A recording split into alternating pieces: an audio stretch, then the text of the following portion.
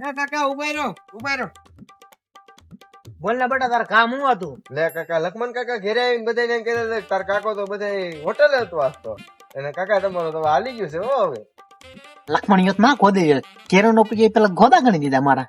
લે કાકા ત્યાં કે વિચારમાં પડ્યા તમે? એટલે કાંઈ નહીં. પછી મેં શેઠ ને પૂછ્યું કે થાળીનો ભાવ શું ગુજરાતી થાળીનો? મને કે એકો 70. મેં તો હું જમવામાં આવશે? એ કે એકો 70 માંડ લિમિટેડ. 3 શાક દાળ ભાત સલાડ છાસ પાપડ સંભાર બાફેલું ફરસાણ ને તળેલું ફરસાણ ઉપરથી કે મીઠાઈ નો લાડવો. એ કે આ સ્કીમ છે ને એટલે. પછી મને એમ કે છે ને 170 રૂપિયાની થાળી મને માહિતી ફોન થાય મેં બૈસાનું કામ કર્યું મારી ઇજ્જત ની માં દેવાય. પછી હું એવો પછી બધાને દાંતે સડાઈ દીધા. મેં કેટલાને દાંતા દઈ દીધા. પછી મેં શેઠ ને કીધું કેના શાક છે? મને કે રસા વાળા બટાટા છે મસાલા ભીંડી છે દૂધી ઢોકળી છે.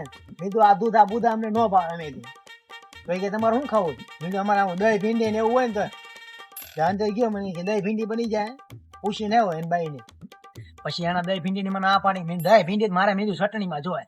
એના મનમાં એમ કે આની પાસે એક વિચાર પડવી જ લો. મેં તો આ પડાવો પાર કરશે. પછી મેં આમ ફેરવીને શેઠ ને બેઠ ને બધા ખોદા ચડાવી દીધા. એટલે ભીખું બેઠો જ ને કટોળો મારી આમો.